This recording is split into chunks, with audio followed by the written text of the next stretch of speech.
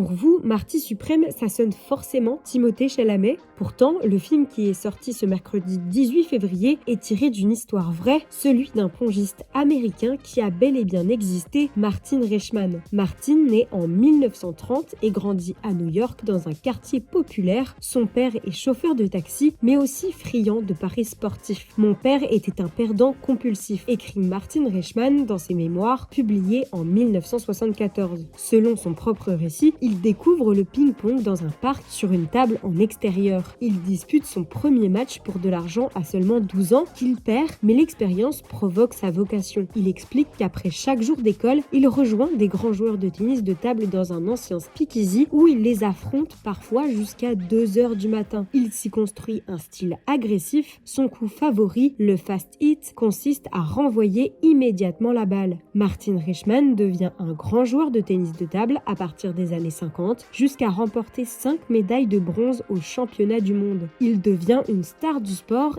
et est surnommé l'aiguille pour sa rapidité et sa silhouette élancée. Mais ce qui l'intéresse le plus, c'est l'aspect show business. Il arnaque les parieurs en perdant volontairement, joue les yeux bandés ou refuse de porter une tenue de sport. En 1997, à 67 ans, Martin Reichman remporte encore un championnat national américain, devenant le plus vieux vainqueur de l'histoire de ce sport avant de s'éteindre en 2012 à l'âge de 82 ans.